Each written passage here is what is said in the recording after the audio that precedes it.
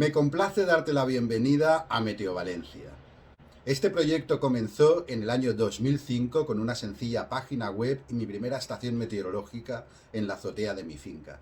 Desde entonces ha ido creciendo también en las redes sociales, llegando ya a tener más de 50.000 suscriptores entre las distintas redes. Hace unos meses comencé con el canal de YouTube. En este canal pretendo atender los mismos tres intereses que me impulsaron a crear Meteo Valencia. Estos tres intereses son, en primer lugar, la meteorología. Me encanta desde siempre.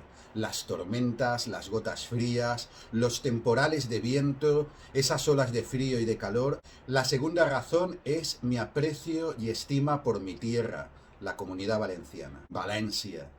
Els seus grans paisatges i la seua gent enorme. Treballadora, amable, simpàtica, oberta, socarrona.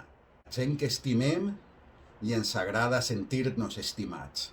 Y una tercera razón, el interés por contároslo, porque estéis al día, porque sepáis en el momento en que lo sé yo, si va a llover, si el día de tu boda va a hacer buen tiempo, o si, como es el caso de muchas personas, quieres también disfrutar de los fenómenos tormentosos, lluvias, temporales, etc., y saber antes que nadie cuándo se van a producir y cómo.